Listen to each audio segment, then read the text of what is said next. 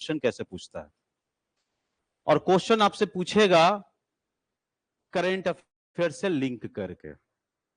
जैसे पूछा कि इस बार का जीडीपी वैल्यू कितना है, मान ली फाइनेंशियल अगर दे दिया 24 से 25 का जीडीपी वैल्यू कितना है, ऐसे क्वेश्चन पूछ सकता है। या पूछेगा कि कॉस्ट कर्व क्या होता है, ऐसे क्वेश्चन पूछे जा सकते हैं। या इंपोर्ट क्या है, हमारे भारत में क्या क्या चीज का इंपोर्ट हुआ है तो कितना परसेंट इंक्रीज किया है, इसके बारे में पूछ सकते हैं। जीएनपी क्या होता है, जीडीपी क्या होता है। और हमारा सबसे इंपॉर्टेंट चीज तो हमारे कि इकोनॉमिक ग्रोथ कितना कर रहा है। अभी इंडियन इकोनॉमी कितना है, अभी भारत की इकोनॉमी को देखा जाए तो कितना नंबर स्थान पर है, आप लोग ये तो सुने होंगे, कितना नंबर स्थान पर है, कितना है, 5th नंबर स्थान पर है। आप कैसे कह सकते हैं कि वो 5th नंबर पे है, इसके बारे में भी जानना है। सबसे पहले इंडियन इकोनॉमी को समझने के लिए, इकोनॉमी को समझने के लिए हमें जानना पड़ेगा कि इकोनॉमी क्या है और इकोनॉमिक्स क्या है। इन दोनों में बेसिक डिफरेंस। किसी को पता है कि इकोनॉमी क्या होता है और इकोनॉमिक्स क्या होता है? इकोनॉमी और इकोनॉमिक्स दोनों में काफी अच्छा डिफरेंस है, लेकिन सब एक ही समझते हैं कि इकोनॉमी वही चीज है, इकोनॉमी पढ़ लिया तो इकोनॉमिक्स हो जाएगा। ऐसा नहीं है, उसके इकोनॉमी और इकोनॉमिक्स में थोड़ा सा बेसिक डिफरेंस है, उसके बारे में जानेंगे। तो सबसे पहला यहां पे आता है कि इकोनॉमी क्या होता है। चलिए एक बेसिक डिफरेंस से लेकर के चलते हैं कि इकोनॉमी क्या होता है। मान लीजिए कि कोई एक गांव है, एक गांव का नाम मान लीजिए कि एक गांव का नाम कोई ले लेते हैं, जैसे रामपुर नाम का कोई एक गांव है। उस गांव में एक लड़का है, राम नाम का एक लड़का है, जो कि खेती करता है। और खेती करके उन्होंने चावल का उत्पादन करते हैं, ठीक है। और एक लड़की का नाम है मान लीजिए कि सीता, और वो क्या काम करती है कि वो चाय बेच करके अपना काम जो गुजारा करती है, वहां पे टपरी पे चाय बेचती है और चाय बेच करके अपना गुजारा करती है। मान लीजिए कि एक गांव है रामपुर, उसमें ऐसा चल रहा है। तो आप वहां पे देखेंगे कि जो राम है वो क्या काम कर रहे हैं, वो खेतों में अपना एफर्ट लगा करके वो अनाज उगा रहे हैं, जैसे कि चावल उगा रहे हैं। वो चावल का प्रोडक्शन कर रहे हैं। किसका प्रोडक्शन कर रहे हैं? चावल का। चावल वो बना रहे हैं, प्रोडक्शन कर रहे हैं।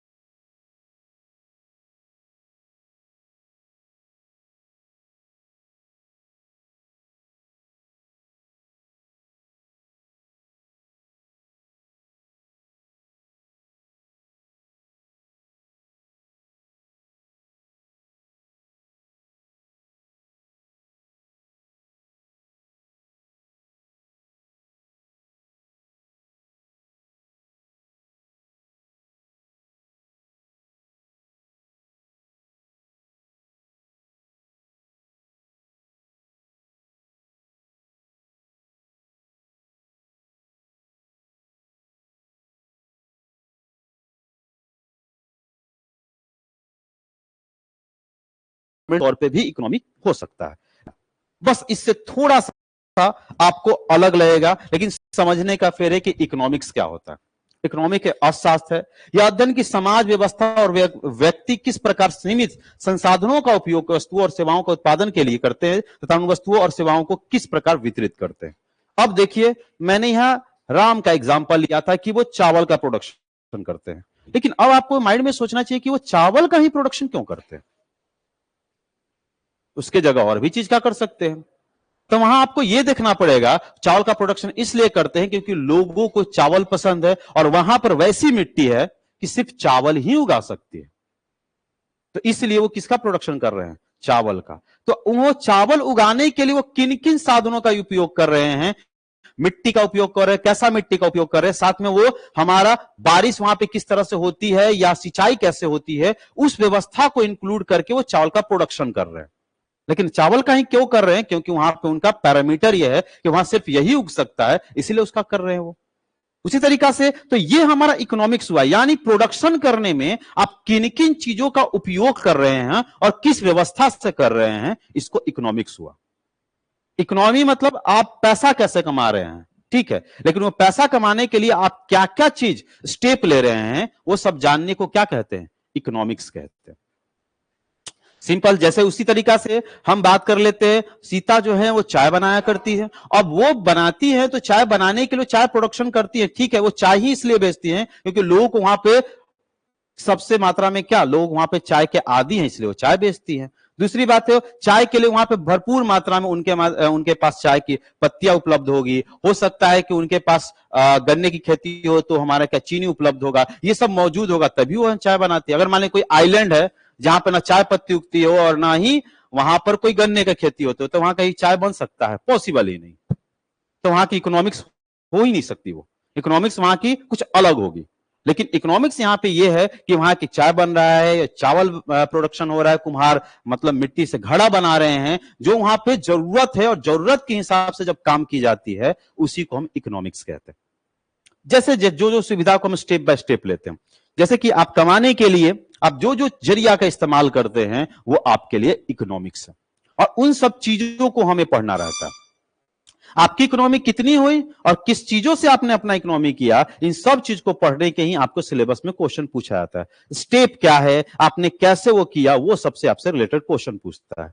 तो इकोनॉमी में जैसे कोई कंज्यूमर्स हो गया, गुड्स एंड सर्विसेज हो गया, सप्लाई हो गया, जैसे कंज्यूमर्स है तो वो अपना क्या काम करेगा, जैसे कि बैंक या गवर्नमेंट, ये सब हम यहां से अपना पैसा निकालते हैं या पैसा इसमें जमा करते हैं। तो आप मान लीजिए कि इसमें सप्लाई किए, कोई चीज अपने सप्लाई किया, सप्लायर क्या होगा, उसको गुड्स का सप्लाई करेगा, उससे हम लोग खरीदेंगे, हम लोग खरीदेंगे तो उसके एवज में पैसा देंगे, फिर सप्लायर को मिलेगा, फिर गुड्स एंड सर्विसेज आएगा, फिर हम लोग कंज्यूम करेंगे। ये प्रोसेस हमारा चलता रहता है।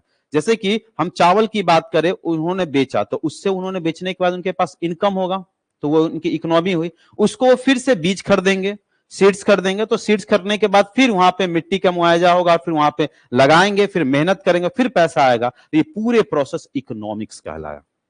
पैसा कमाना इकोनॉमी है, लेकिन उस पैसा कमाने के लिए जो जरिया इस्तेमाल किए वो सब क्या हुआ, इकोनॉमिक्स हुआ।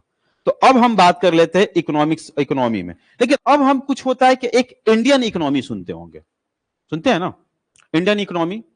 इंडियन इकोनॉमी क्या हुआ, सिंपल सी बात है, ये मैंने कोई पर्टिकुलर एरिया, छोटा सा गांव लिया था रामपुर। अब हम पूरे देश की बात करते हैं, तो देश में लोग अलग अलग तरह के लोग कार्य करते हैं।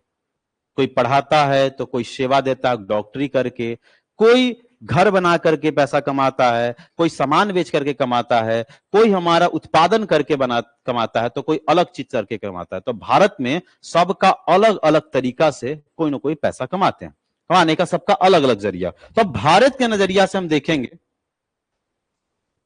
एक मिनट, हाँ, भारत के नजरिया से देखेंगे हमारा इंडियन इकोनॉमी को, वो हम आगे देखेंगे इकोनॉमी कितने टाइप का होता है। इंडियन इकोनॉमी को हम देखेंगे इंडियन इकोनॉमी में क्या है, जैसे हम देखें इकोनॉमी का, इकोनॉमिक्स का और इंडियन इकोनॉमी को। तो भारत की इकोनॉमी कैसी है, देखिए, आप लोग रसिया और यूएसए के बारे में नाम तो सुने होंगे। वो दोनों आपस में दोस्त है कि दुश्मन, दोस्त है, दोस्त है, अब नहीं पता है, वो एक दूसरे के कट्टर दुश्मन है। अब ऐसा क्यों, क्योंकि दोनों की विचारधारा अलग अलग है। अमेरिका कहता है कि मैं कैपिटलिज्म विचारधारा का हूं, यानी पूंजीवादी विचारधारा, और रशिया कहता है कि मैं कैपिटलिज्म है, मैं सोशलिज्म हूं, यानी कहने का मतलब समाजवादी विचारधारा का हूं। तो आप कहें कि ये क्या है विचारधारा, हमको थोड़ा समझा दीजिए। तो देखिए सिंपल सी बात है कि मान लीजिए कि अभी आईपीएल चल रहा है और आईपीएल आप लोग बैठ के देख रहे हैं, सबके सब यहाँ आईपीएल इस पे चल रहा है। किसी एक पर्सन को भूख लगा, यहाँ पे किचन है, एक पर्सन को इसमें से भूख लगा, वो किचन में गया, अपने लिए कुछ बना लिया और खा के चला आया। यानी उनको भूख लगा, उन्होंने बनाया और अपना पूर्ति करके चले आए, इसको बोलते कैपिटलिज्म विचारधारा। अगर आपको जरूरत है तो आप खुद कमाइए, खुद उसके बाद हमारा क्या काम कीजिए, अपना विकास कीजिए, आप रहिए, और उसके लिए कुछ आपको टैक्स देना पड़ेगा। बस यहाँ पे आप मान लीजिए कि आ गए, इस रूम में आप टीवी देख रहे हैं, यहाँ पे लगा हुआ है, तो आपने यहाँ पे 10 रुपया पे कर दिया, इस जगह का टैक्स दे दिया, और उसके बाद टीवी भी देख रहे हैं, आपको खाने का मन है, कुछ बना के खा लिए, तो आपने खुद वैसा काम किया, तो उसे बोलते हैं कैपिटलिज्म विचारधारा। लेकिन अगर कोई एक पर्सन है, उठे, उनको भी भूख लगा, अब वो जा रहे तो कोई दूसरा पूछ लिया क्या करने जा रहे हो, अरे भूख लगा खाना बनाने जा रहे हैं, कुछ हम खा लें। तो उसने कहा कि मान लीजिए कि सबसे बुजुर्ग आदमी ने कहा कि एक काम करो ना, हमको भी भूख लगा है, इसी दोनों को लिए बना दो। तो वो उनको भूख लगा, वो किचन में गए, अपने साथ साथ और लोगों का भी बनाकर लेकर के आ गए। इस विचारधारा को कैपिटलिज्म विचारधारा कहते हैं, सोशलिज्म, माफ कीजिएगा, क्या कहते हैं, सोशलिज्म विचारधारा कहते हैं।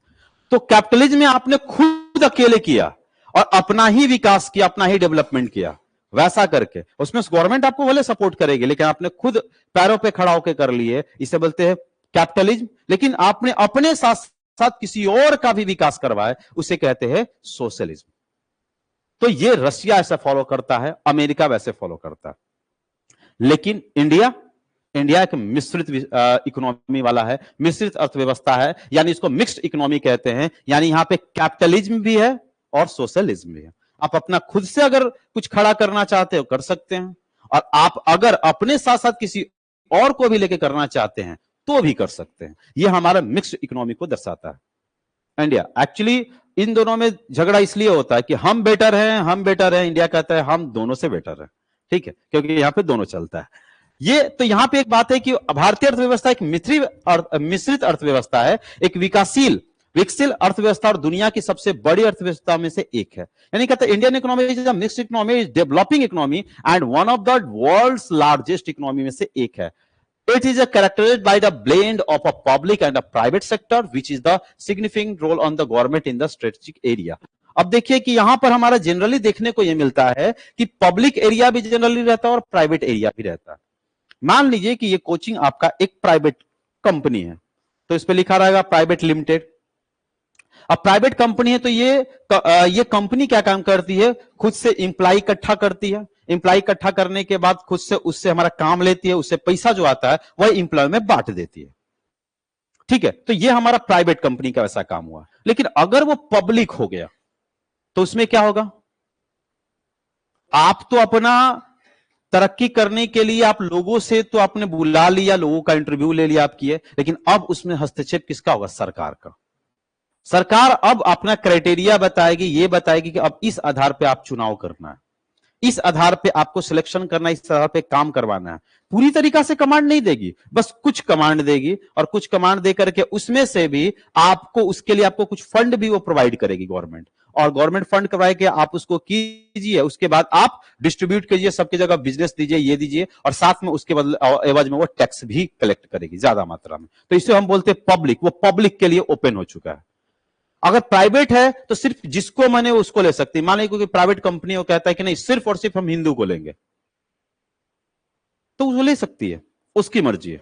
अगर वो काम ऐसा कर रही है तो बिल्कुल वो ले सकती है। लेकिन अगर वो पब्लिक बन गया तो ना कोई कास्ट होगा, ना कोई रिलीजन होगा, ना कोई भाषा होगा, ये सब भी नहीं होगा, आप उसके अनुसार से काम करना पड़ेगा, वैसा होता है। तो इसी तरीका से हमारे बात कर लेते हैं, इंडिया में पब्लिक भी है और प्राइवेट सेक्टर भी है जो हमारा वो काम करती है, उसके एवज में हमारे भारत की इकोनॉमी एक मिक्स्ड है। अब इकोनॉमी के अनुसार से ये बात करेंगे भारत किस तरीका से, जैसे कि अगर बात करें इस क्लास का इकोनॉमी को हमें दर्शाना है, कैसे दर्शा सकते हैं। एक बेसिक एरिया दर्शाने का एक पैरामीटर से, एक इंडिकेटर से, जिसको कहते हैं जीडीपी।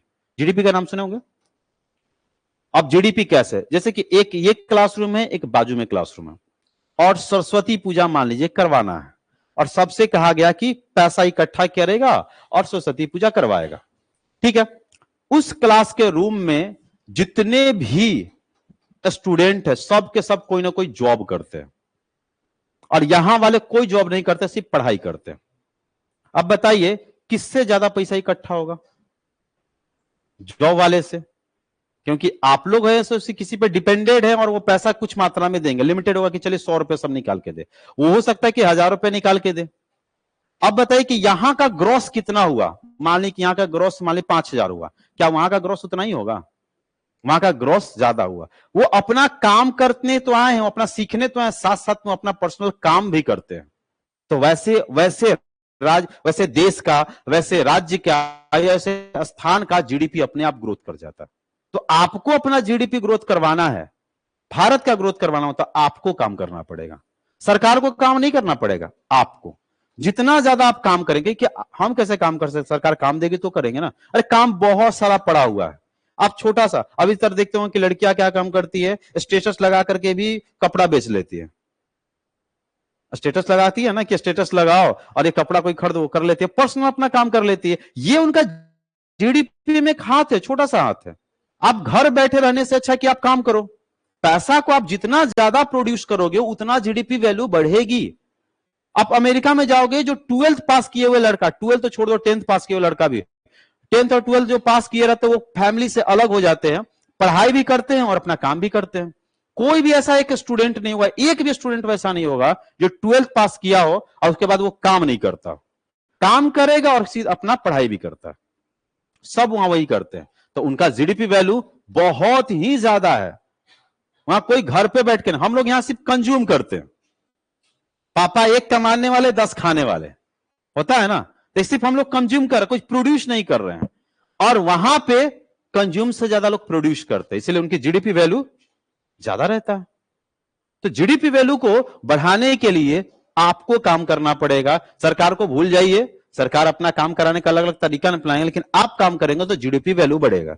जैसे कि हम बात कर लेते हैं, या इंडिया की बात कर लेते हैं। इंडिया की इकोनॉमी कितनी बढ़ने वाली है? 5 ट्रिलियन का डिमांड रखा गया। कितना ट्रिलियन का? 5 ट्रिलियन का रखा गया कि 5 ट्रिलियन का हो सकता है, लेकिन अभी तक पूरा नहीं हुआ। 2024 में ही क्या गया, 24-25 में कि 5 ट्रिलियन हो जाएगा, लेकिन हम लोग फेल कर गए। रीजन क्या होगा फेल करने का?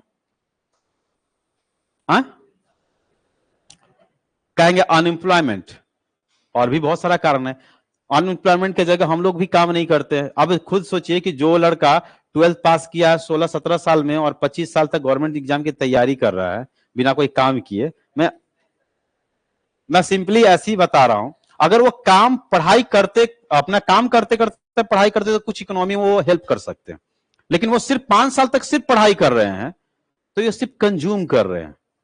तो जाहिर सी बात है कि जीडीपी बढ़ेगा नहीं, घटेगा ही।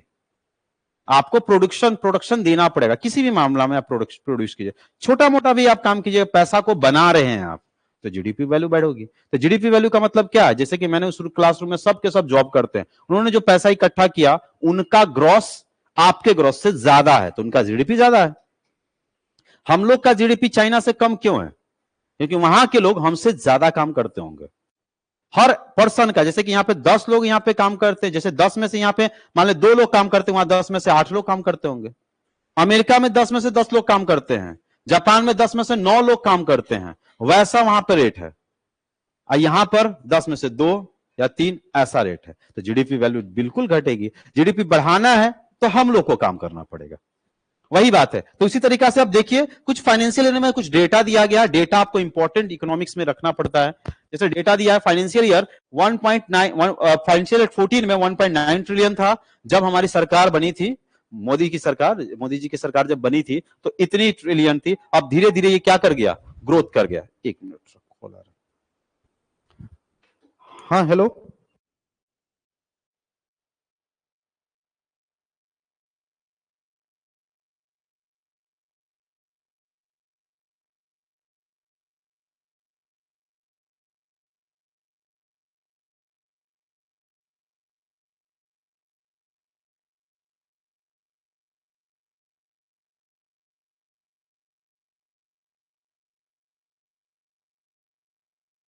हाँ, तो अभी बता दे रहा हूं कि इसमें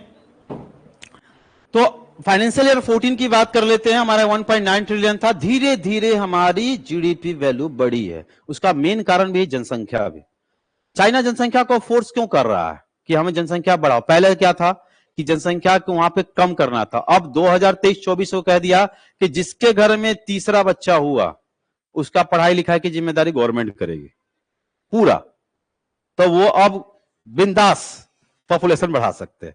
हम लोग तो आगे निकल ही गए हैं ना। अब चाइना का ये कंपटीशन है कि उनका पॉपुलेशन हमसे भी ज्यादा हो।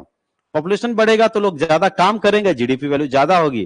तो जितना ज्यादा जीडीपी वैल्यू होगी, अब सिंपल सी बात है, एक एग्जांपल में जीडीपी वैल्यू से क्या फायदा हो गया उस क्लासरूम का बारे में बताएं। कोई बाहर से इन्वेस्टर आया, 2 मूर्ति बैठ रही है, ठीक है, सरस्वती जी की मूर्ति बैठ रही है, आपने बैठाया। आप लोग सिर्फ नॉर्मल पढ़ाई करने वाले हैं तो आपने कम पैसा इकट्ठा करके सरस्वती बैठा है। और उन्होंने जो एम्प्लॉय वाले हैं ज्यादा काम करते हैं, पैसा भी ज्यादा होगा, मूर्ति भी बड़ा होगा, सब कुछ झिकझाक भी बहुत ज्यादा होगा। और बाहर से कोई इन्वेस्ट करने आएगा कि हम इन्वेस्ट करना चाहते हैं, अपना प्रचार करवाना चाहते हैं, कहां करवाएगा? उसके पास करवाएगा। वही चीज होता है, जिस देश की जीडीपी वैल्यू ज्यादा है वहां इन्वेस्टमेंट ज्यादा होता है।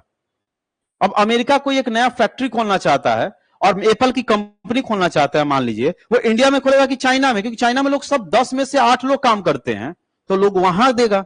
यहां 10 में से 2 लोग काम करते हैं, यहां काम ही कम होगा तो प्रोडक्शन कम होगा, सेल कम होगा, तो क्यों यहां फैक्ट्री लगाएगा? जिसकी जीडीपी वैल्यू कम वहां इन्वेस्टमेंट कम, जहां पे जीडीपी वैल्यू ज्यादा वहां इन्वेस्टमेंट ज्यादा। सिंपल सी बात है। तो लोग जहां ज्यादा काम करेंगे, तो यही बात है। यहां पर धीरे धीरे लोग को अब काम करने पर प्रेरित किया गया। एक बात और बता दूं, जो ऐसे में कोई पार्टी का समर्थन तो या विपक्ष में नहीं कर रहा हूं, लेकिन फैक्ट बता रहा हूं। हम इकोनॉमिक्स पढ़ करके ये करके फैक्ट है, जब भी बीजेपी सरकार आती है वो गवर्नमेंट जॉब को ज्यादा फोर्स नहीं देती है, वो देगी आपको प्राइवेट सेक्टर पे, और प्राइवेट सेक्टर पे देगी जिसके कारण पैसा ज्यादा बढ़ सकता है। इसीलिए जीडीपी वैल्यू की बढ़ाने की बात करते हैं। ये प्राइवेट सेक्टर को, ये गवर्नमेंट जॉब कब निकालेंगे? 2 से 3 साल बाद, और एक बार में खूब निकालेंगे और कहेंगे कि अरे मैंने इतना वैकेंसी दे दिया, और 3 साल तक फिर चुप रहेंगे और यही कहेंगे। बात तो वही हुआ कि आप 3 साल को पर्टिकुलर बाय पर ईयर देते जाइए, लेकिन ये क्या काम करते? 3 साल चुप रहेंगे और फिर एक बार में निकालते हैं वैकेंसी। और जैसे अगर कांग्रेस सरकार आती है तो वहां गवर्नमेंट जॉब की वैल्यू बढ़ जाती है। वो ज्यादा गवर्नमेंट सेक्टर पे फोकस करते हैं और इनका ज्यादा प्राइवेट सेक्टर पे होता है। इसलिए विदेश ज्यादा घूमते हैं। ये विदेश ये घूमते हैं कि दूसरे देश से तुलना ज्यादा अच्छा खासा हो, उनका इन्वेस्टमेंट इंडिया में है, इंडिया हमारा ग्रो करे। लेकिन ये ग्रो इकोनॉमी में ग्रोथ है, ये सिर्फ ग्रो है, डेवलपमेंट नहीं है। आप कहें कि ग्रो और डेवलपमेंट में भी फर्क होता है, बताएंगे अभी। ग्रो और डेवलपमेंट में क्या फर्क है, वो इंडियन इकोनॉमिक्स का सबसे बेसिक टर्म है, वो जानना बहुत जरूरी है। तो ये देखिए, जैसे जैसे फाइनेंशियल ईयर बढ़ा तो यहां पे 8% का हमारा ग्रो किया था एवरेज, लेकिन यहां की बात कर रहा है 11.5% ग्रोथ किया था 2020 के बाद। जैसे कोरोना आया उसके बाद भारत ने कई देशों से संपर्क बनाया था। कई कैसे बनाया था? कोरोना में कई देशों को उन्होंने फ्री में क्या दिए थे? वैक्सीन दिए थे, फ्री में मास्क दिए थे, सैनिटाइजर दिए थे, फ्री में दिए थे। और फ्री में देने के बाद, जैसे कि एक देश का नाम है डोमिनिकन रिपब्लिक, ठीक है, और वहां पर डोमिनिकन रिपब्लिक एक देश है जो कैरेबियन कंट्री है, जिसको वेस्ट इंडीज हम लोग कहते हैं, वहां पर जो अमेरिका के जस्ट नीचे वहां पर कैरेबियन सी के पास है। तो वहां पर उन्होंने फ्री में, इंडिया ने बहुत सारे उनको सैनिटाइजर वैक्सीन ये दिया था। तो उनको लगा कि यार हमको इंडिया ने बहुत हेल्प किया है, बाजू में अमेरिका, अमेरिका तो पैसे लेके देता था, ये तो इंडिया फ्री में भेज दिया। तो उसने इंडिया को कॉल लगाया और इंडियन एम्बेसी में कॉल लगा, बोला कि आप जिसको खोज रहे हैं ना बहुत दिनों से, हमारे पास वो बैठा हुआ है, हम उसको दिया। तो कौन है? तो नीरव मोदी, नाम सुने थे? ये यहीं पे बैठा हुआ है, आप उसे ले जा सकते हैं। इंडियन पुलिस को सपोर्ट किया, गए वाला पकड़ के लेके आ गए। आपने उनको फिर, तो वहां से भी बहुत कुछ रिकवरी हो गया। आप देखिए तो इंडियन इकोनॉमी कैसे बढ़ गया। आप दोस्ती बढ़ाएंगे तो इंडियन इकोनॉमी बढ़ेगा। अब डोमिनिकन रिपब्लिक को कहीं भी इन्वेस्टमेंट करना हो या कुछ सामान खरीदना होगा, कहां जाएगा? अरे भाई, इंडिया ने हमको हेल्प किया था, इंडिया में जाके हम करते हैं, इंडिया से हम कोई चीज लेते हैं। तो वही चीज इंडिया का ग्रो हो गया। वैसे इसीलिए प्रधानमंत्री विदेश में घूमते हैं, जाके हमारा क्या होगा, विदेशी समझौता ज्यादा बढ़ेगा और इंडिया का वैसे ग्रो मिलेगा। इसीलिए हम बात कर लेते हैं, पहले उसका ग्रो बहुत कम था 8% तक, अब ग्रो हमारा धीरे धीरे बढ़ गया 11.5% तक। अब कहा जाता है कि फाइनेंशियल 25-24 में कहा गया था 5 ट्रिलियन होगा, लेकिन ये फेल कर गया। फेल करने का काम था कि जितना हम लोग का टारगेट रखा गया था जॉब का, जितना काम करने का, जितना प्रोडक्शन करने का, स्टील का प्रोडक्शन का, सिलिकॉन का प्रोडक्शन का, गन्ने का प्रोडक्शन का, उतना नहीं हो पाया, तो हमारा ट्रिलियन जो वैल्यू है वो तो घटेगी। वही बात है, जैसे जैसे कोई चीज को अगर हम उत्पादन बढ़ाएंगे तो ग्रोथ बढ़ेगा। अब देखिए इसमें हमारा कुछ यहां पर यह है कि हमारा फैक्ट है इंडियन इकोनॉमी से रिलेटेड क्या क्या फैक्ट है। तो पहला फैक्ट है कि India has a mixed economy, India के पास एक मिक्स्ड इकोनॉमी है यहां पे। दूसरा, half of the worker really to the agriculture, यहां पे जितने भी काम करने वाले हैं उसमें से 50% तो क्या है, एग्रीकल्चर में है। जितने भी हैं लोग वहां पे ज्यादातर क्या है, एग्रीकल्चर में। इसलिए भारत को कहते हैं एग्रियन इकोनॉमी, एग्रियन इकोनॉमी कहा जाता है। जैसे इंडियन इकोनॉमी है ना, तो इंडिया को कहते हैं एग्रियन इकोनॉमी। एग्रियन इकोनॉमी क्यों कहते हैं, क्योंकि यहां पे एग्रीकल्चर ज्यादा, एग्रीकल्चर से ज्यादा प्रोडक्शन होता है, ज्यादा हम लोग एग्रीकल्चर पर निर्भर हैं, इसलिए एग्रियन इकोनॉमी कहा जाता है। तो यही क्वेश्चन पूछ सकता है कि एग्रियन इकोनॉमी का मतलब क्या है। तो एग्रियन इकोनॉमी का मतलब है कि इंडियन इकोनॉमी को दर्शाता है। यही बात है, सिंपल सा। जैसे कि अगर हम बात कर लेते हैं अमेरिका में, तो अमेरिका में भी खेती होती है, लेकिन वो ज्यादा कमाते किससे हैं, इंडस्ट्री। जैसे कि हम बात करते हैं एप्पल कंपनी है, सॉफ्टवेयर कंपनी है, जैसे माइक्रोसॉफ्ट है, फिर उसके बाद बहुत सारे ऐसे कंपनी उससे पैसा कमा लेते हैं। और हम लोग एग्रीकल्चर, और दूसरा नंबर पर सर्विसेज, हम लोग सर्विस दे करके और एग्रीकल्चर दे करके हम लोग पैसा कमाते हैं। जैसे कि अब बात कर लेते हैं सऊदी अरब को, अफगानिस्तान को, लोग को क्या चाहिए, हम लोग से गन्ना चाहिए, चावल चाहिए, गेहूं चाहिए, हम लोग यहां से भेजते हैं और उससे हम लोग पैसा कमाते हैं। लेकिन अमेरिका क्या करता है, वहां पे अपना साइंटिस्ट भेजेगा, वहां पे ये भेजेगा, वहां पे टीचर भेजेगा, वहां पे क्या ये चीज भेजेगा, टेक्नोलॉजी भेजेगा, एक कंपनी खड़ा कर देगा, उससे वो पैसा कमाता है। तो उनका पैसा कमाने का अलग है और हम लोग का पैसा कमाने का एग्रीकल्चर बेस्ड है, इसीलिए एग्रीगन इकोनॉमी का। तो इसमें वाला 50% एग्रीकल्चर पे बेस्ड है। The cost of the living is lower then in the USA. अब यहाँ पे जो रहने का है, रहने मान लीजिए कि आप एक महीने यहाँ पे रहते हो तो मिनिमम खर्च कितना होगा पटना में, 10,000। लेकिन ही अमेरिका में रहते हैं तो 50,000 से ऊपर भी जा सकता है। बिल्कुल, तो लिविंग यहां पे भी वो भी फर्क कर रहा है। अब लिविंग जितना ज्यादा ये क्या कंट्री में रहेगा तो उतना ज्यादा पैसा इन्वेस्ट होगा, उतना पैसा इन्वेस्ट होगा तो उतना ग्रो करेगा। सिंपल सी बात हो, तो लिविंग पे भी आपका फैक्टर पड़ता है। नेक्स्ट में क्या है, the Indian middle class is the bigger than the US middle class. यहां पे ज्यादा सब लोग क्या है, आपको अभी एक रिपोर्ट आया था, एक्चुअली रिपोर्ट हमारा यूनाइटेड नेशन के द्वारा रिपोर्ट आती है कि भारत में सबसे ज्यादा अमीर लोग कौन से राज्य में हैं, कौन से राज्य में अमीर लोग होंगे, हाँ, मुंबई, महाराष्ट्र में, वही ठीक है। उसके बाद दिल्ली, बिहार का 13वां स्थान था अमीर में, अमीरी में। अमीरी का बात हटाइए, अमेरिका यह भी देता है कि अमीर लोग ज्यादा कौन से चीजों का वो इस्तेमाल करते हैं। तो गाड़ी में ऑडी है, लंबरगिनी, ये सब का दिखाया गया था लिस्ट। कपड़ा में दिखाया गया ब्लैकबेरी का, गुची का, ये सब का कपड़ा इस्तेमाल करते हैं अमीर लोग। हम सिर्फ अमीर लोग की बात कर रहे हैं। यहां पे दिखाया गया था कितना, तो शायद 82 लोग करोड़पति है लिस्ट में। करोड़पति इससे भी ज्यादा होंगे बिहार में, बिहार में तो उससे भी ज्यादा होंगे, लेकिन लिस्टेड जो दिखाया गया था वो नहीं, सॉरी, करोड़पति ने अरबपति, अरबपति की संख्या उससे भी ज्यादा है बिहार में, लेकिन 82 लोगों को दिखाया गया था इतने अरबपति बिहार में।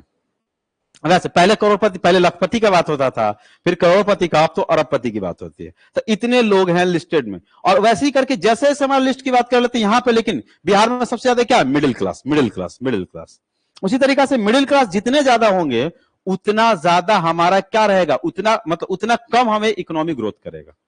जितने अमीर रहेंगे उतना पैसा ज्यादा खर्च होगा, उतना खरीद सकते हैं, उतना ये पैसा को बढ़ा सकते हैं, उतना ज्यादा हमारा जीडीपी बढ़ेगा। दूसरी बात कर, अच्छा, पर कैपिटा इनकम इंडिया की बांग्लादेश से भी कम है।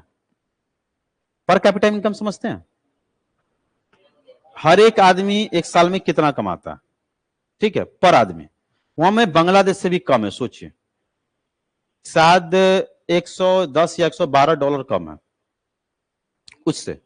किसे, बांग्लादेश। अब बांग्लादेश का इतना ज्यादा कैसे है, कोई बता सकता है इतना ज्यादा कैसे वो? Very good, textile. टेक्सटाइल में बहुत आगे हो गया। कैसे टेक्सटाइल में आगे हो गया? उसकी कंपनी खुद की नहीं है, दूसरी कंपनी ज्यादा है। अब इसका एग्जांपल बताता हूं।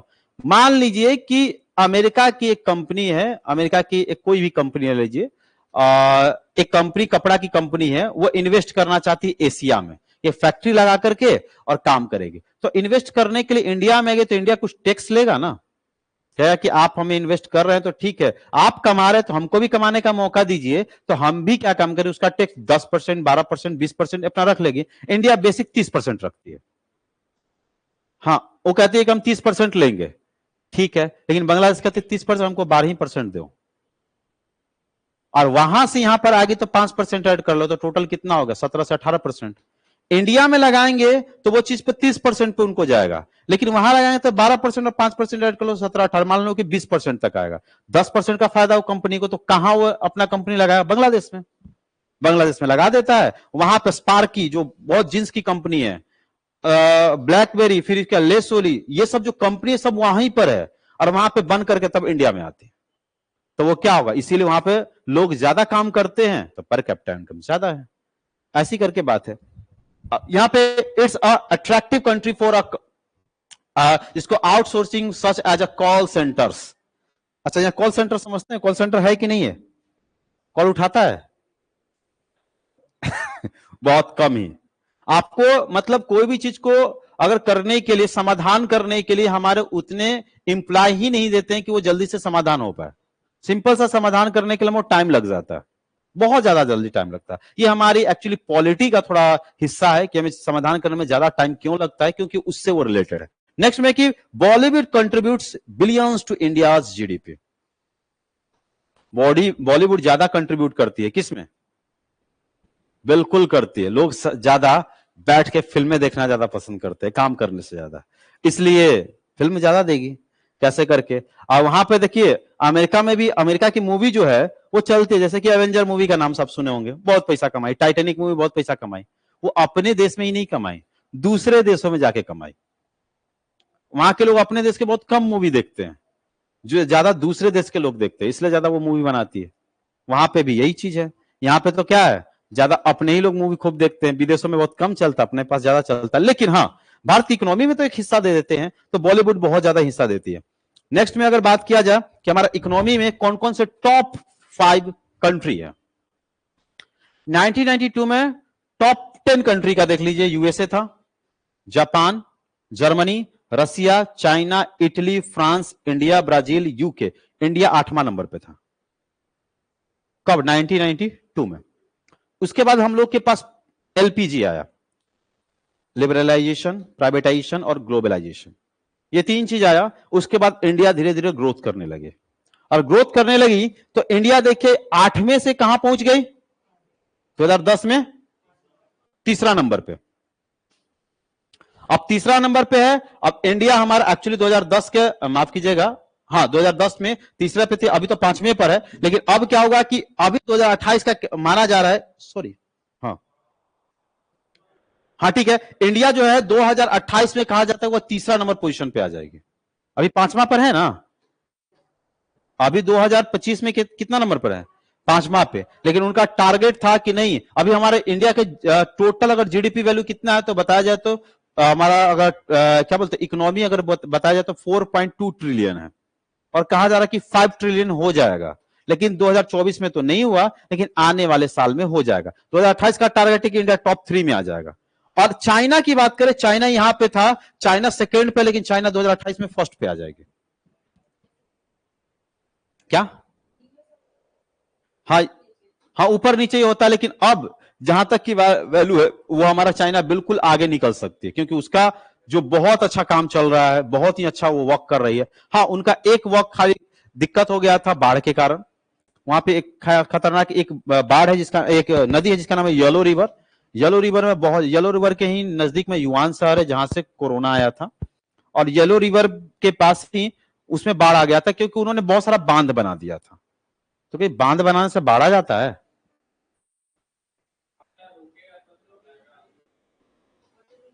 पता है वो लोग क्या किए थे, जितना बारिश का पानी उसको रोक लेते थे।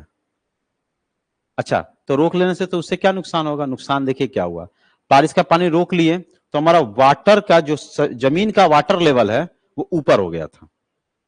अब आप पर ऊपर से और पानी डालिएगा, जैसे भरा हुआ गिलास में और पानी डालिएगा तो पानी तो बहेगा ही, तो बारिश और हुआ, वाटर लेवल ऊपर है, तो जमीन को पानी सोखने का मौका ही नहीं मिला, ये सोखा ही नहीं पानी, और डायरेक्ट बह के निकल गया, और इसीलिए कई गांव और शहर तबाह हो गए। तो ज्यादा पानी रोकना भी गलत है, क्योंकि हमारे नेचर के खिलाफ जा रहे हैं ना। वो सोखने तो उसको तब बाढ़ आएगा तब ना बचेंगे उससे। उसको सोखने का मौका ही नहीं दिया, लेके चला गया वो। इसके कारण से वहां येलो रिवर के बाढ़ आया तो वहां का वैल्यू थोड़ा सा डिक्रीज किया, उसमें पैसा इन्वेस्ट हुआ, कुछ हमारा प्रोड्यूस नहीं कर पाया, सिर्फ कंज्यूम हुआ, तो थोड़ा चाइना का इसमें फर्क आ गया था। ये तो था आपका इंडियन इकोनॉमी का। अब दो तरह की इकोनॉमी हम लोग को देखना पड़ता है, एक को कहते हैं माइक्रो इकोनॉमी, एक को कहते हैं माइक्रो इकोनॉमी। ये तो जानते हैं कि माइक्रो और मैक्रो क्या होता है। माइक्रो मतलब सूक्ष्म और मैक्रो मतलब होता है स्थूल हिंदी में। और स्थूल और सूक्ष्म क्या है वो थोड़ा बताता हूं। इसको कहते हैं हमारा ये हमारा है, चल क्यों नहीं रहा, ये है माइक्रो इकोनॉमी और ये है आपका मैक्रो इकोनॉमी। तो देखिए माइक्रो इकोनॉमी में हमारा क्या होता है, इंडिविजुअली देखते हैं, यानी परिवार का देखते हैं कि परिवार का इनकम क्या है, परिवार कितना कमाता है, आप कितना कमाते हैं, आपके छोटे से एक मान लीजिए कि फैक्ट्री है उसका ग्रोथ कितना हुआ। ये सब चीज को अगर देखेंगे, छोटे सा मार्केट का, effect of prices of goods का, ये सब चीज के अगर हम जानते हैं, लेबर मार्केट का, कंज्यूमर बिहेवियर का, सप्लाई ऑफ गुड का, ये सब के बारे में अगर स्टडी करते हैं तो इसको कहते हैं माइक्रो इकोनॉमी। ये सब चीज का अगर स्टडी करते हैं, छोटे छोटे चीजों का स्टडी करके जानते हैं तो इसको बोलते हैं माइक्रो इकोनॉमी। पर्टिकुलर चीज का, इंडिविजुअल चीज का एक करते हैं तो। लेकिन अगर बड़े लेवल पे करते हैं, बड़े लेवल पे जैसे कि हमारे पूरे के पूरे राज्य का क्या हुआ, आपने छोटा आपने देख लिया कि आपका घर का इनकम क्या है वो देखना, और पूरे राज्य का इनकम को देखना तो वो क्या है। जैसे कि हमने एक गांव बताया था रामपुर, वहां पे हमने देखा था राम के कि वो क्या करते हैं, सीता वो क्या करती हैं, तो उनका हमने पर्टिकुलर देखा तो वो माइक्रो इकोनॉमी है। लेकिन अगर मैं पूरे गांव का देखा कि वहां पे बहुत सारे लोग करके एक पैसा इकट्ठा करते, तो पूरे गांव में कितना पैसा इकट्ठा हुआ है, ये सबका मिलाकर उसको क्या कहेंगे, मैक्रो इकोनॉमी कहेंगे। तो मैक्रो इकोनॉमी में जैसे कि जीडीपी देखेंगे, जीडीपी ये देखेंगे कि हाँ कितना ज्यादा उन्होंने पूरे ने ग्रोथ किया। उसके बाद फिर हम देखेंगे उनका इन्फ्लेशन। इन्फ्लेशन मतलब समझते हैं क्या होता है, या आगे हम बताऊंगा कि जीडीपी क्या होता है, इन्फ्लेशन क्या। इन्फ्लेशन का मतलब महंगाई, सिंपल सी, जैसे कि अगर मान लीजिए कि अभी आपके पास 1,000 रुपया लेकर के मार्केट गए और मार्केट लेकर के सामान लेकर के वापस आए, आपके दादाजी बैठे हुए हैं और बोलते तू 1,000 रुपया के लेके गया, इतना ही सामान लेके गया। हमारे जमाने में तो पूरा का पूरा घर भर देते थे। तो उनके अकॉर्डिंग इन्फ्लेशन आ गया, यानी वो 1,000 में बहुत सारा चीज ले लेते थे, अब 1,000 में बहुत कम चीज आ रहा है, यानी वो महंगाई बढ़ गई, इन्फ्लेशन बढ़ता है। तो वही फिजिकल डिफिसिट भी आगे हम लोग देखेंगे, इसमें भी क्या होता है। तो इन्फ्लेशन वही महंगाई को ही देखता है, और महंगाई जनरली हम लोग का सब में सबका बढ़ा था, सबका बढ़ेगा, घटेगा नहीं, अब बढ़ता ही है जनरली।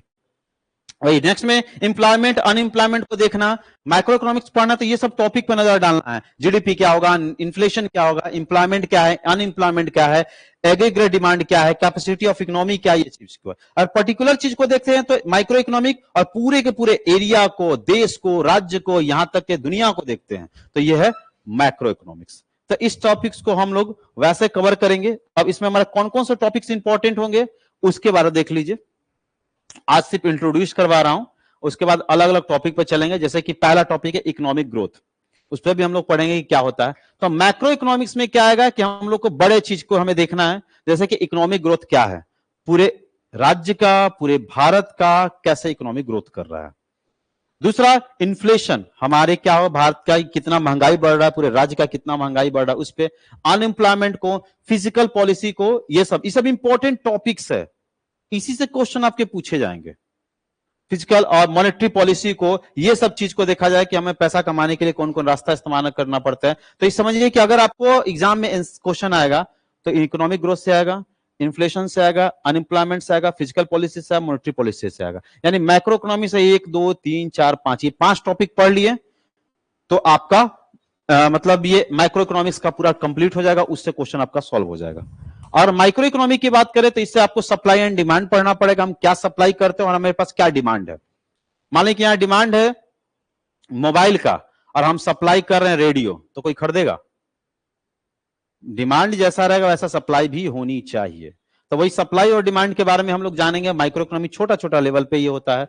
मार्केट स्ट्रक्चर के बारे में जानेंगे कि मार्केट का स्ट्रक्चर, कितने तरह के मार्केट होते हैं, 4 तरह के मार्केट होते हैं। वो सब मार्केट के बताऊंगा कि कौन कौन से मार्केट होते हैं, क्या होता है, वो सब पे डिटेल्स में बताऊंगा। कंज्यूमर बिहेवियर कि हमारा बिहेवियर क्या रहता है, कैसे हम सामान को खरीदते हैं, कैसे यूज करते हैं, और कैसे हम चीजों को रेट हम खुद ब खुद बढ़वा देते हैं।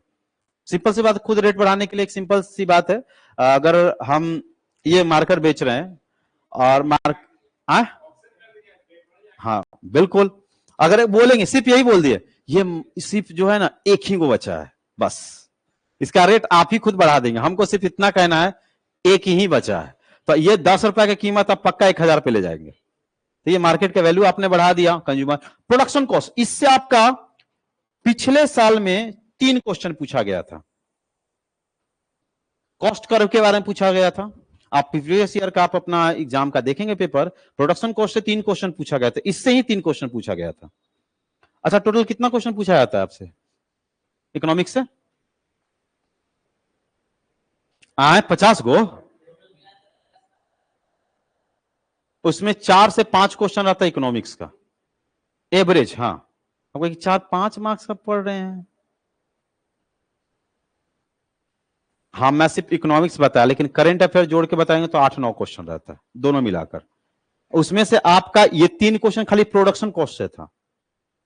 उसमें बताया था कि प्रोडक्शन कर्व क्या था, किस तरफ शिफ्ट करता है, राइट वर्ड या लेफ्ट वर्ड, वो कर्व भी बताऊंगा ये क्या होता है उसके द्वारा। इससे क्वेश्चन हमेशा पूछता है, ये समझिए कि स्टार है, ये आपको क्लास मिस नहीं करना होगा, ये बहुत इजी भी है लेकिन समझना है। फैक्टर प्राइसिंग के बारे में, फैक्टर प्राइसिंग क्या क्या रहता है, कैसे हमारा करते हैं, उस सब के बारे में, जैसे कि लैंड का रेट क्या है, कैसे इसको इंक्लूड करते हैं, उसके लिए इंक्लूड करने के लिए हमारे हर साल एक डेटा निकलता है। उस डेटा पे अभी पिछले साल ही करंट अफेयर की बात कर लेता हूं। बहुत सारे लोग के धोखाधड़ी हो गया। जैसे मान लीजिए कि पटना में कोई जमीन बिक रहा है, 1 कट्ठे जमीन का दाम मान लीजिए 2 करोड़ रुपया में कोई बेच दिया, आपने वो 2 करोड़ रुपया क्या काम कर लिया, खरीद लिया, लेकिन उस जमीन से ना मान लीजिए कि मेट्रो निकलने लगा, ठीक है, तो अब आपको जमीन वो कौन लेगा, गवर्नमेंट। तो गवर्नमेंट ऐसा नहीं लगता, पैसा पे करती है, लेकिन जब गवर्नमेंट पैसा पे की तो उस जमीन का वैल्यू पटना का 1 ही करोड़ था, लेकिन आपने जिससे खरीदा वो 2 करोड़ ले लिया, तो गवर्नमेंट आपको 1 करोड़ देगी, आपका 1 करोड़ का नुकसान हो गया ना। तो कहीं कि अरे यार, ये कैसे पता चलेगा कि जमीन का कीमत इतना ही था। हर साल डेटा निकालता है सरकार, इस जमीन का कीमत कितना रहेगा, हर राज्य का अलग अलग रहता है। आप उस डेटा को देख करके उधर से ऊपर नीचे थोड़ा हो सकता है, जैसे कि आपका डेटा 1 करोड़ का है, तो मान लीजिए कि आपने जल्दी लेने के लिए 1 करोड़ 1 लाख रुपया ले लिया, या 99 लाख में ही खरीद लिया, तो वो आपका मैटर है, लेकिन 1 करोड़ के अप्रोक्स में ही आप खरीदे। लेकिन 1 करोड़ की जगह आप 2 करोड़ ले तो आपको लॉस होगा। इसीलिए आपको ये लैंड का हर समय डेटा निकलता, हर साल निकलता। आप जब भी जमीन खरीदने जाएं वो डेटा देख ले कि बिहार का डेटा क्या है। अभी हाल फिलहाल में बता रहा हूं कि यूपी और बिहार के डेटा में 8% की वृद्धि हुई थी, और 4% की कमी कहां पे हुआ था, हैदराबाद में। मतलब जितना रेट था उसमें 4% कम हो गया था, और यहां के रेट में कितना परसेंट बढ़ गया, 8% बढ़ गया। तो ये रहता है, आपको देखना पड़ेगा कि हर साल लैंड का रेट क्या, तो वो लैंड के रेट से लेकर के rent of for land and interest of the capital, ये सब के बारे में, फैक्टर प्राइसिंग के बारे में ये टॉपिक्स में जानेंगे। एक और भी होता है टॉपिक जिससे रिलेटेड हमारा क्या, इकोनॉमिक डेवलप, एक मिनट ठीक है। इकोनॉमिक डेवलपमेंट फील्ड से एरिया पे अगर देखेंगे तो कौन कौन से हमें टॉपिक्स पे ध्यान देना है, जैसे कि हमारा पॉवर्टी एंड द इनइक्वालिटी पे हमें ये भी देखना है कि गरीबी कितना है और असमानताएं कितना है, ये सब पे भी हमारा क्वेश्चन पूछा जाता है। ह्यूमन डेवलपमेंट से क्वेश्चन पूछा जाता है, सस्टेनेबल डेवलपमेंट से। ह्यूमन डेवलपमेंट का मतलब हम लोग किस मामले में विकास कर रहे हैं, दिमाग का विकास नहीं है, मानसिक विकास से लेकर शारीरिक विकास, सब चीज का इकोनॉमिकल, हमारा क्या फाइनेंशियल हमारा डेवलपमेंट भी देखा जाएगा। तो ह्यूमन डेवलपमेंट की बात करते हैं। सस्टेनेबल डेवलपमेंट का मतलब, जैसे सस्टेनेबल डेवलपमेंट गोल कितना है हमारा, 17। इकोनॉमिक्स 12th इकोनॉमिक्स का लास्ट चैप्टर आप देखेंगे तो उसमें आपका एक इतना बड़ा फॉर्म दिया रहेगा, और उसी पे 17 सस्टेनेबल डेवलपमेंट हमारा गोल्स दिए गए। 17 गोल्स क्या है, एक मिनट,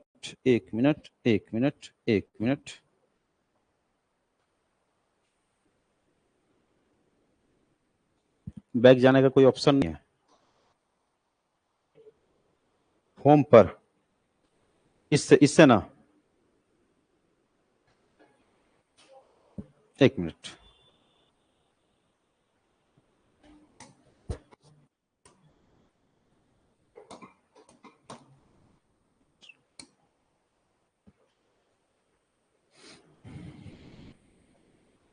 ये सस्टेनेबल टोटल 17 होते हैं। ये क्या दिया हुआ एनसीईआरटी में, यही वाला दिया हुआ है।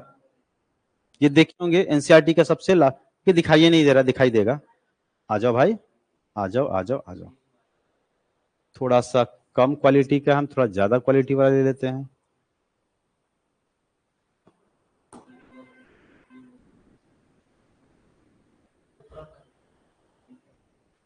भगवान,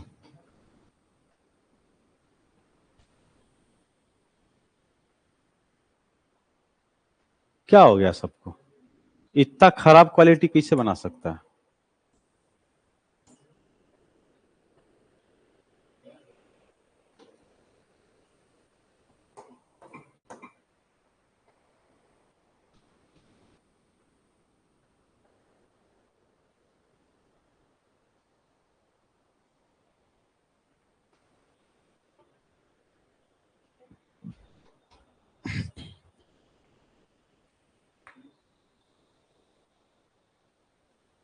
ठीक है,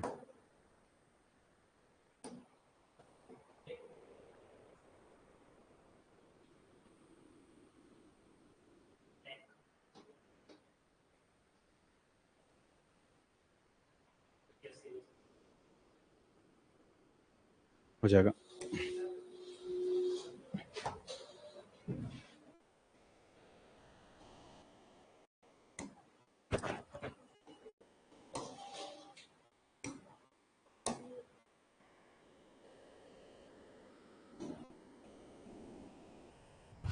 तो ये देखिए, इतने सस्टेनेबल डेवलपमेंट है टोटल, इसके कितने? 17।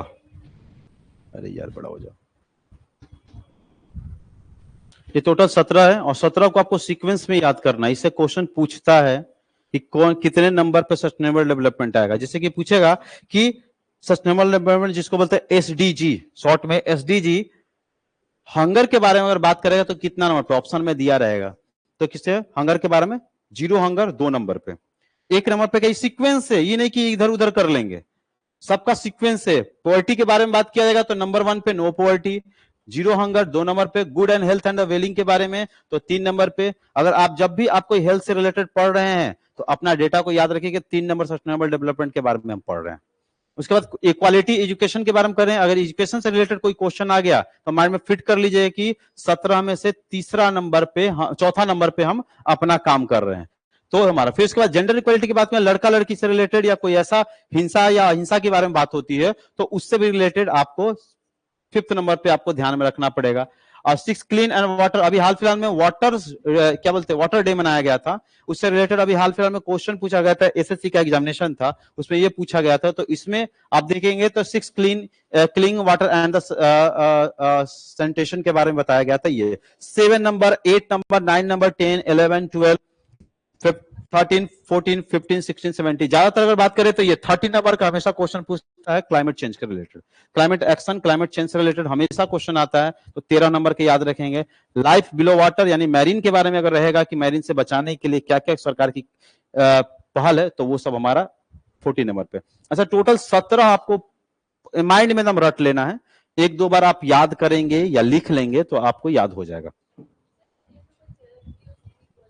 इनइक्वालिटी जैसे असमानताओं के बारे में, ये जेंडर इक्वालिटी असमानता है। असमानता जैसे कि जात पात, धर्म, ये सबसे रिलेटेड, आप ऊंच नीच, ये सबसे रिलेटेड अगर चीज है, इनइक्वालिटी देखने को मिलता है। तो उसके जैसे कि आपको मान लीजिए कि आप जो है, अगर मान लीजिए कोई एक्स नाम का पर्सन है, उसको जॉब लगा, गवर्नमेंट जॉब 2025 में, एक वाई नाम का पर्सन है, उसको भी है, और दोनों मान लीजिए कि एससी कास्ट से, उनका प्रमोशन मान लीजिए कि 5 साल बाद होने वाला था, लेकिन एक का प्रमोशन हो गया 3 साल में, एक का प्रमोशन 5 साल बाद भी नहीं हुआ। तो ये तो इनइक्वलिटी हो गया उनके साथ, असमानता हो गया। अब उसके लिए वो केस करेंगे। वो केस करेगा तो केस कहां करता है? हाई कोर्ट में नहीं, ट्रिब्यूनल्स में करेंगे। कहां पे करेंगे? ट्रिब्यूनल्स में, वहां कोर्ट करेंगे, केस करेंगे, और तब वहां पे उनकी असमानता से रिलेटेड जो भी व्यवहार होगा बात करेगा। तो उसमें रिलेटेड जो होगा रिड्यूस इनइक्वालिटी का, आप 10 के बारे में बात करेगा। जैसे ऊंच नीच के बारे में जो हो गया, ये सब के बारे में बात करने का, तो रिड्यूस इनइक्वालिटी। यहाँ पे जेंडर इक्वालिटी क्या है, यहाँ पे इनइक्वालिटी किसमें, जो हमारे असमानता समाज में चलती है उसको लेकर के। ये तो पढ़ लिए थे इंडियन इकोनॉमी का। अब हम लोग पढ़ेंगे नया टॉपिक्स में अबाउट ग्रोथ एंड डेवलपमेंट। जो पहला टॉपिक था, किसका पहला टॉपिक था? माइक्रो का कि मैक्रो का? मैक्रो का था, ग्रोथ एंड डेवलपमेंट।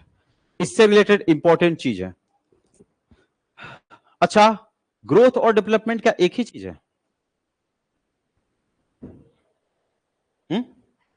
कैसे? ठीक है, अलग है, लेकिन कैसे है?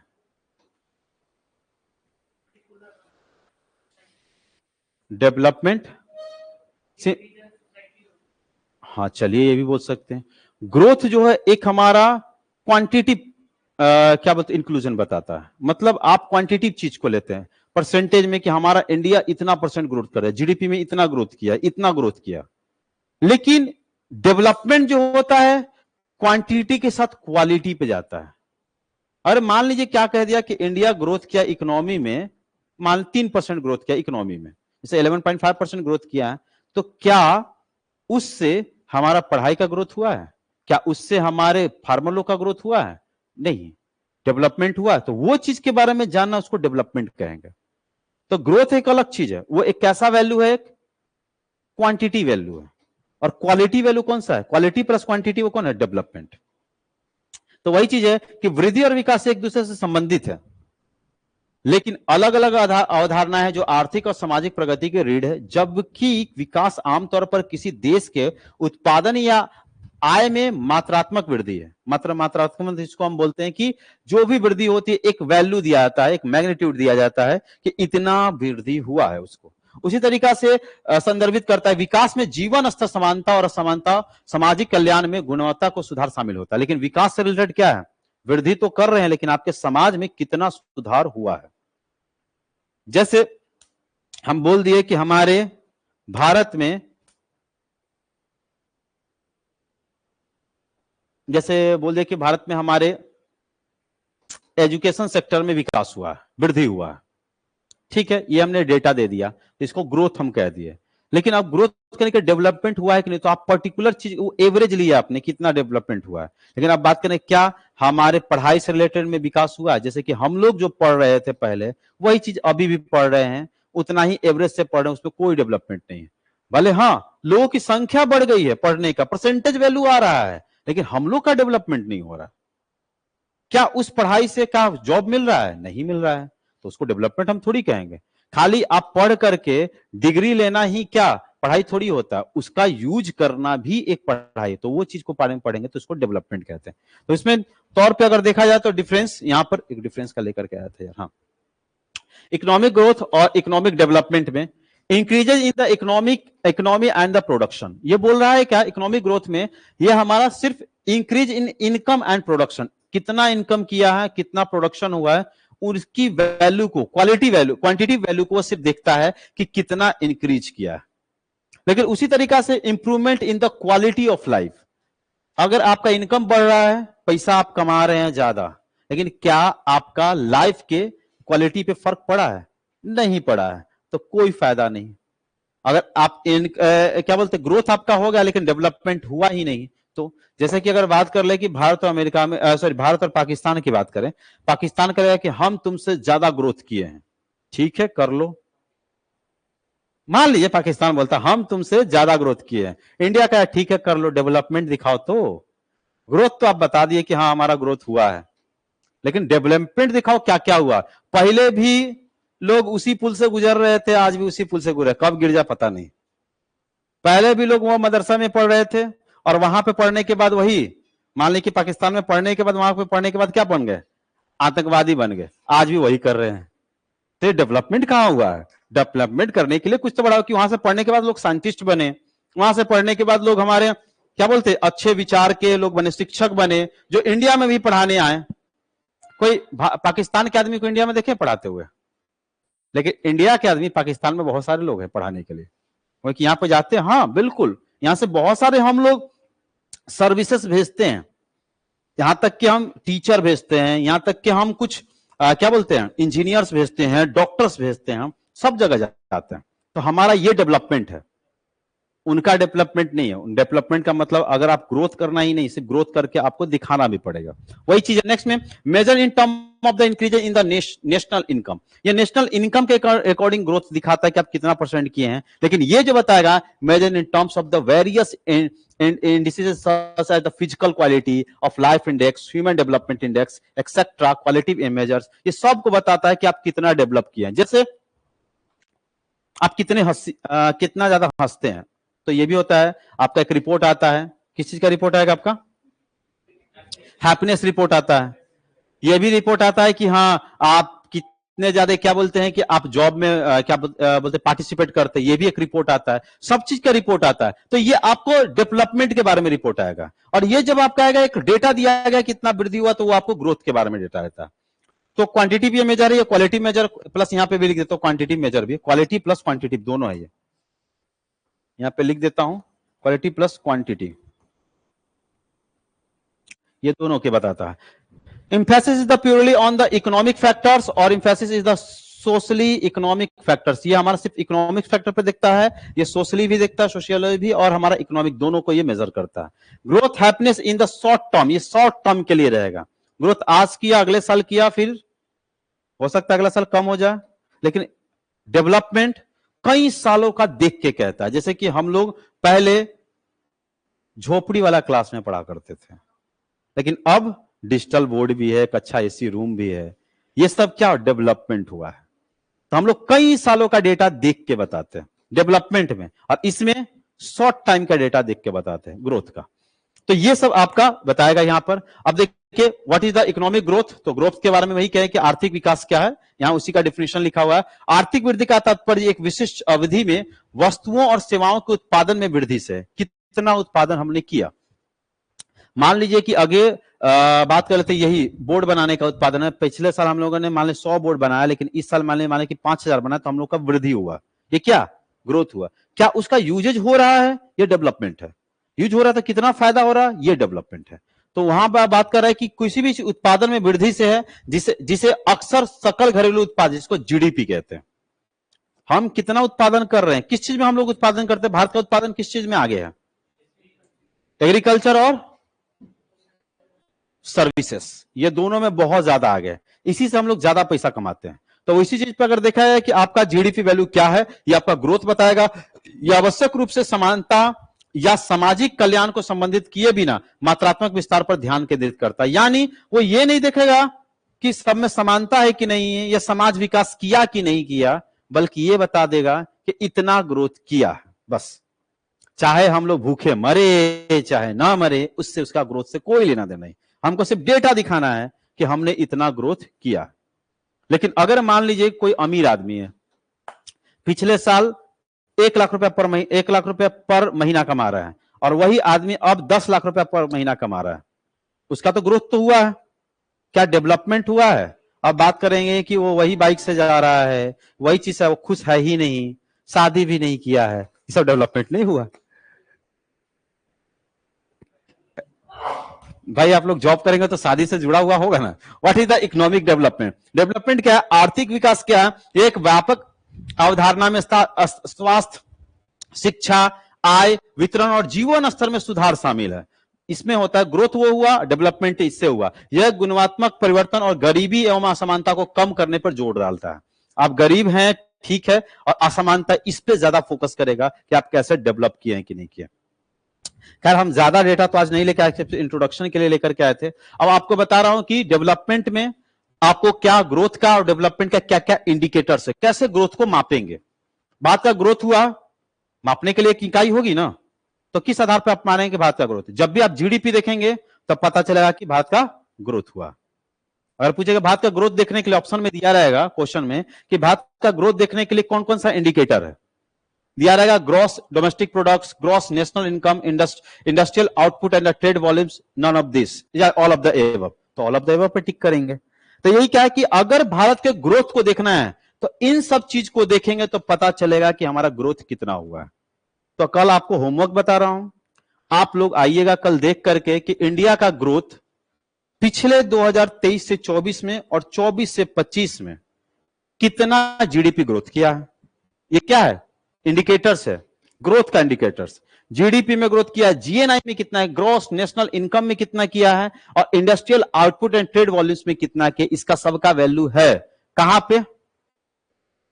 गूगल बाबा पे है ही। तो आपको वो पूरा लिख के आना है कि ग्रॉस में हमने कितना ग्रोथ का इंडिकेटर्स हमारा 3 दिया हुआ है, 3 के और भी, तो हमारा तीनों में कितना कितना हम लोगों ने ग्रोथ किया, उसको आप डेटा लिख कर आइएगा। फिर उसके बाद में हमारा डेवलपमेंट का इंडिकेटर्स क्या है। डेवलपमेंट को अगर देखना तो क्या क्या चीज को देखते हैं, इसको लिख लीजिए कौन कौन है तीनों का, इसको बना के आइएगा। जीडीपी, जीएनआई और industrial output and trade volumes. इसके बारे में थोड़ा थोड़ा पढ़ लीजिएगा तो मजा आ जाएगा, लेकिन आप खाली डेटा हमको बता दीजिएगा कि कितना ग्रोथ किए हैं, उस पर भी हम चर्चा करेंगे। जीडीपी क्या होता है, जीएनआई क्या होता है, और industrial output and trade volumes क्या होता है, इस पे चर्चा करेंगे।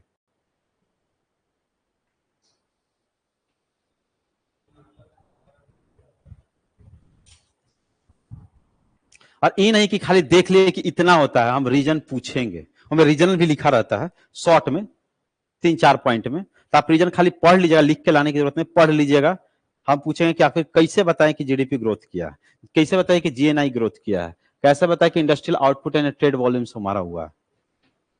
हम ज्यादातर अब स्टील जो होता है ना, स्टील हम सबसे ज्यादा जापान से मंगवाते हैं, क्योंकि जापान से मंगवाते हैं, जापान के पास उतना ये नहीं है स्टील प्रोडक्शन के लिए, ओर्स नहीं है उसके, आयरन ओर्स नहीं, हम लोग आयरन सोर्स भेजते हैं, अब हमको स्टील बना के देता है। बताइए, हाँ क्या चीज, क्या बोल रहे हैं? हाँ बिल्कुल, अब ऐसा ही तो है। इंडिया में भी स्टील, कौन कौन से स्टील प्लांट है जिसको सेल नाम सुने होंगे? सेल का नाम सुने तो सेल में हमारा जैसे भिलाई स्टील प्लांट हो गया, बोकारो स्टील प्लांट हो गया, पारादीप वाला हो गया, फिर उसके बाद में और कौन सा एक और है, दुर्गापुर में भी है कोई, हाँ दुर्गापुर में भी, हाँ वैसे जगह पर है। अब देखिए नेक्स्ट में इसका, देखिए डेवलपमेंट में क्या क्या चीज का डेवलपमेंट के हमारा इंडिकेटर्स, कैसे हम कहें कि हम डेवलप कर रहे हैं। तो डेवलप करने के लिए ह्यूमन डेवलपमेंट इंडेक्स आता है, एचडीआई, ये हर साल निकलता है। भारत का एचडीआई क्या है, यानी ह्यूमन डेवलपमेंट इंडेक्स क्या है, कितना हम लोग डेवलप किए हैं किसी सेक्टर में। मल्टी डायमेंशनल पॉवर्टी इंडेक्स ये भी आता है, एमपीआई भी आता है, कि हम लोग पॉवर्टी में कितना इंक्रीज किए हैं। अभी भी भारत में बहुत सारा गरीबी है और बहुत सारे भूखमरी से मर रहे हैं, लेकिन कितना हम लोग आगे किए हैं, ये सब भी एक आता है। जीएआई ये हमारा काफी मतलब एक कहे ना कि फेमस हो चुका है, मतलब हमेशा हर साल ये पूछ देता है। तो जेंडर इनइक्वालिटी इंडेक्स, इससे तो पक्का हमको चांस है कि पूछ सकता है, तो इसका डेटा आप लोग लिख लीजिएगा, जेंडर इनइक्वालिटी इंडेक्स के बारे में। देखिए हम भी यहां पे ला देते, लेकिन आपको दिखाते तो पक्का कल भूल जाते 100%, लेकिन आप खुद से सर्च करके लिखेंगे ना, तो जितना यहां बताएंगे उससे ज्यादा आपको याद रहेगा। इसलिए हम डेटा दे रहा हूं कि इसको आप खुद से एक बार सर्च करके लिखिएगा। एनवायरमेंटल परफॉर्मेंस इंडेक्स, ये भी ईपीआई के बारे में देगा, ये भी हमारा दिया रहता है। हाल फिलहाल में अभी G8 की मीटिंग हुई थी और उसमें मीटिंग में इस पे चर्चा काफी ज्यादा किया गया था। तो हमारा एनवायरमेंटल परफॉर्मेंस इंडेक्स इस पे भी हमारा दिया रहता है। ओके, टाइम हो गया क्या? हाँ, इसको सेव भी करना है ना। चलिए तो इसको करके इतना आ जाइएगा। अब कुछ पूछना है डाउट आज का बेसिक से तो फिर से पूछे, फिर से बता दूंगा। आज तो सिर्फ इंट्रोडक्शन था कि इकोनॉमिक्स में क्या पढ़ना होता है, क्या होता है। अगले क्लास में कॉन्सेप्ट पे चलेंगे। अच्छा, एक बेसिक क्वेश्चन, किसको किसको जीएसटी पता है? जीएसटी क्या होता है? खाली फुल फॉर्म पता है? नहीं पता तो मैं रियली पूरा जीएसटी बताऊंगा कल, अगले क्लास में जीएसटी बता दो पूरा। जीएसटी इनडायरेक्ट टैक्स क्या होता है, डायरेक्ट टैक्स क्या होता है, जीएसटी 17 इनडायरेक्ट टैक्स को जोड़ करके कैसे लाया गया, जीएसटी से हमें क्या होता है, कितना इसके हमारा पूरा वैल्यू दिया गया है, चार्ट कितना दिया गया, जीएसटी काउंसिल क्या होता है, ये सबसे क्वेश्चंस पूछ देता। हाँ, पेट्रोल क्यों, पेट्रोल या वाइन जीएसटी के अंदर क्यों नहीं है, या वाइन भी जीएसटी के अंदर में नहीं है। हम सिर्फ बिहार की बात नहीं कर रहे हो, इंडिया की बात कर रहा हूं। ये जीएसटी के अंदर में नहीं है। क्यों, देखिए छत्तीसगढ़, आप राज्य का नाम सुने होंगे, वाइन से जीएसटी में 80% का अपना दिया वैल्यू, उसका जीएसटी वैल्यू 80% अपना वाइन से खाली देता है, और वाइन वहां बंद कर दिए ना तो क्रैश कर जाएगा वो। इसलिए वहां बिहार में बंद किया तो कितना परसेंट डिक्रीज किया था। और देखिए अब मेन बात है कि पेट्रोल पे जीएसटी नहीं लगा सकता, लगाएगा तो मैक्सिमम कितना परसेंट, चलिए 28%, 28% मैक्सिमम लगाएगा, यानी उसके कीमत होता है 60 रुपए, 28% लगा दो तो कितना होगा, जोड़ लीजिए, 70 से 75 रुपया मान लीजिए, हुआ ना। अब 75 रुपया में आपको पेट्रोल मिलेगा तो आप तो बम बम हो जाएंगे। लेकिन सरकार सरकार पता है 60 रुपए की कीमत को 110 रुपए लेती है, वही आपका टैक्स है। कहते आप ठीक है मत चुकाओ, चोरी कर लो, गाड़िया में तो पेट्रोल भरवाओगे ना, कहां जाओगे, उससे पैसा तो हम कमा ही लेंगे। इसीलिए उसकी उस पर कोई जीएसटी नहीं है। और जीएसटी लगा देंगे तो जीएसटी अगर अगले आज लगाना तो अगले दिन पेट्रोल का दाम 75 रुपए हो जाएगा, तो सब एक के बार में भर लेंगे। क्या पता अगले दिन फिर बढ़ा दे, सरकार का मूड बदले तो। इसलिए उस पर जीएसटी नहीं है। आखिर क्यों नहीं, आगे भी चर्चा करेंगे, तो अगले क्लास में जीएसटी बता दूं, तब जीडीपी पे चर्चा कर लेंगे। जीएसटी को समझने में कभी हाँ 1-1.5 घंटा तो लग ही जाएगा। समझेंगे टैक्स क्या होता है, इनडायरेक्ट टैक्स, वो टैक्स। उसके बाद हम लोग इस टॉपिक पे चलेंगे, फिर जीडीपी पे। जीडीपी क्या होता है, जीडीपी कैसे कैलकुलेट किया जाता है, इसके फॉर्मूला होते हैं। फॉर्मूला से क्वेश्चन पूछ देता है कि जीडीपी निकालने का क्या फॉर्मूला होता है, जीडीपी कितने टाइप के होते हैं, ये सब के बारे में चलेंगे। तो अगला टॉपिक क्या बता दो, आप लोग बता दीजिए, तो वही पे सोचा। ठीक है, जीएसटी। तो आप लोग को भी थोड़ा वर्क जीएसटी के बारे में थोड़ा हमारा देख लीजिएगा, बस थोड़ा सा। कौन लिखाएंगे, टाइम उतना नहीं है। ये पीडीएफ आपके पास चला जाएगा मोबाइल पे, इसको जो है वो देख लीजिएगा। अच्छा हम बताइए, अभी जब लिखाते हैं ना, तो अभी हम सिर्फ वहीं पे रहते हैं, कितने टाइप का हमारा इकोनॉमी होता है, माइक्रो और माइक्रो में ही फंसे रहते हैं, बता रहा हूं। क्योंकि तो पीडीएफ ऐसा रहता तो आप नोट बना लीजिए ना, आपको दोबारा याद हो जाएगा। कौन बोल रहा है कि नहीं बनाने के लिए, आपको लगता है कि नोट बना के आप पढ़ लेते हैं, मुझे नहीं लगता। आज पढ़ने के बाद फिर कल के अच्छा सर कुछ पढ़ाए थे क्या, पेज पढ़ते। रियली पढ़ने वाले स्टूडेंट होते हैं, उनको कैसे भी दे दो पढ़ लेंगे। पढ़ने के लिए क्या करेंगे, खुद से आपको प्रिपेयर करना पड़े। जैसे मान लीजिए कि मैंने यहां आपको पढ़ा दिया, जाइए यहां से, घर छुट्टी होगा तो मान लीजिए कि 2-3 बजे आप घर पहुंचते हैं, पैर हाथ धो लीजिए, जो भी 3 सब्जेक्ट पढ़ाई हुआ, तीनों सब्जेक्ट का 10-10 मिनट देख लीजिए, 10 मिनट कैसे भी देख लीजिए, कॉपी में लिखिए या कैसे भी। वही तो नहीं देखते हैं, बस देखने में आपको ये पढ़ा दिया, इसको अगर अगर रिवाइज करना होगा, कितना टाइम लगेगा इसको रिवाइज करने में, पढ़ने में 1.5 घंटा, रिवाइज करने में मान लीजिए कि 30 मिनट, बहुत बोल दिए। खाली देखने में आपको लगा, देख के नहीं कहेगा अच्छा ये तो सुने थे। फिर उसके बाद जब क्लास आते उससे पहले देख लीजिए, और बीच में जब रात का टाइम बचता है तो उस पे से लेकर क्वेश्चन जो मैंने दिया, वो होमवर्क दिया उसको देख लीजिए, या इस पे रिलेटेड क्वेश्चन देख लीजिए। कोई भी सब्जेक्ट की बात करते हैं, यहां ही नहीं, सिर्फ इकोनॉमिक्स की बात नहीं कर रहा हूं। अब इसके बाद आपको कौन सा सब्जेक्ट होगा, हाइड्रोलॉजी, अच्छा हाइड्रोलॉजी, अच्छा हाइड्रोलॉजी होगा, तो हाइड्रोलॉजी में तो हाँ, तो उसको आप पढ़िएगा, तो उससे रिलेटेड आप क्वेश्चन बना करके देखिए। उसको जाने के बाद देख ले कि सर क्या पढ़ाए हैं, और जिस दिन अगले दिन आइएगा तो उसके बाद क्या पढ़ाने वाले हैं, और क्या मतलब हमको पढ़ लिए थे पिछले क्लास, बस उतना देख लीजिए, पढ़ाई हो गया। लेकिन उतना भी तो कोई करे। खैर इसको सेव कर देता हूं।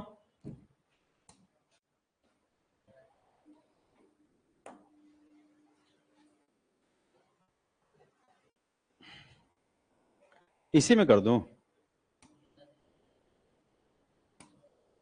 इसी में कर देता हूं। एक फाइल क्रिएट करके, फाइल क्रिएट होगा ना, फाइल नहीं है क्रिएट,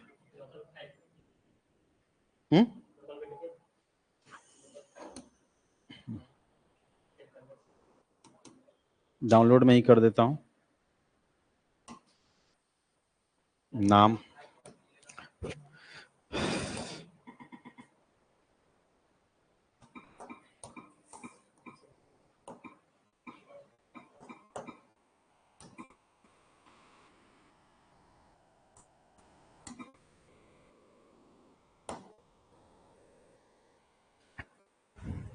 आप लोग का कोई ये भी है, क्या बोलते हैं, ड्राइव? ड्राइव में जाता है कि व्हाट्सएप पे जाता है कोई भी फाइल? व्हाट्सएप पे।